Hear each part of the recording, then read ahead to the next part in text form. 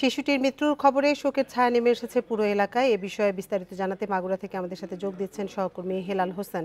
হেলাল, শিশু আসিয়াকে তো গ্রামের বাড়িতে হেলিকপ্টার যোগে নিয়ে যাওয়া হয়েছে, সেখানকার এলাকাবাসী কি বলছে, তার জানাজা কখন? এই ঈদে জামা জুতো অ্যাক্সেসরিজের ডিসকাউন্ট। প্রথমে জানিয়ে রাখি, কিছু সময় আগে কিন্তু শিশু আসিয়াকে সেনাবাহিনীর হেলিকপ্টারে মাগুরা স্টেডিয়ামে নিয়ে আসা হয়েছে এবং আমার পিছনেই কিন্তু আসিয়ার জানাজার নামাজ কিন্তু শুরু হয়ে গেছে। আপনারা দেখতে পাচ্ছেন আমার পিছনে। আপনাদের যদি আমি একটু দেখানোর চেষ্টা করি, তাহলে শিশু আসিয়ার নামাজে জানাজা কিন্তু এই যে হাজারো মানুষ মাগুরা যে নোমানি ময়দান রয়েছে সেখানে কিন্তু আসছেন, এসে তারা নামাজ আদায় করছেন। ইতোমধ্যে আপনারা দেখতে পাচ্ছেন যে যে শিশুটি ধর্ষণের শিকার হয়েছিলেন, নিপীড়নের শিকার হয়েছিলেন, তার মরদেহ কিন্তু একটু আগেই নিয়ে এসেছে মাগুরা নোমানি ময়দানে। সেই নোমানি ময়দান থেকে আপনাদের সরাসরি দেখাচ্ছি। দর্শক, আপনারা দেখতেই পারছেন যে যে শিশুটির মরদেহ কিছু সময় আগে সেনাবাহিনীর হেলিকপ্টার যোগে নিয়ে আসা হয়েছিল, সেই শিশুটির জানাজা কিন্তু মাত্রই শেষ হলো এবং হাজারো মানুষ এখানে এসেছেন। এসে তারা যে এই ধর্ষণকারীর যারা এই শিশুর সাথে পাশবিক নির্যাতন করেছেন তাদের কিন্তু বিচারের দাবি করছেন। এবং আমি জানাজায় নামাজ শুরু হওয়ার আগেই কিন্তু এখানে যারা এসেছিলেন জনসাধারণ, তাদের সাথে আমি কথা বলেছিলাম।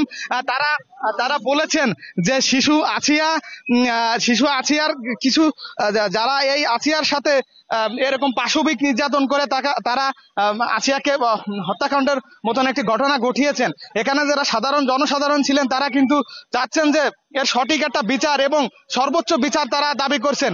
আপনারা দেখতে পাচ্ছেন এখানে হাজারো মানুষ কিন্তু আসিয়াকে দেখার জন্য এবং তার জানাজায় শরীক হওয়ার জন্যই তারা এখানে এসেছেন। আমার পিছনেই আপনাদের আরেকটু যদি দেখানোর চেষ্টা করি, তাহলে আপনারা দেখতে পাচ্ছেন যে শিশু আসিয়ার মরাদেহটি কিন্তু এই যে অ্যাম্বুলেন্সটি রয়েছে সেই অ্যাম্বুলেন্সে কিন্তু উঠানো হচ্ছে। আপনারা দেখতে পাচ্ছেন উৎসুক যারা শিশু আসিয়ার এই জানাজায় শরীক হয়েছিলেন তারা কিন্তু এখন এখানে এসেছেন।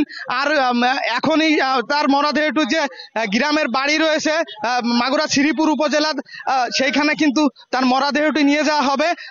আপনারা দেখতেই পারছেন যে আমার সামনেই কিন্তু হাজারো মানুষ তারা একমাত্র এই শিশু আসিয়ার জানাজায় অংশগ্রহণ করার জন্য এখানে এসেছেন।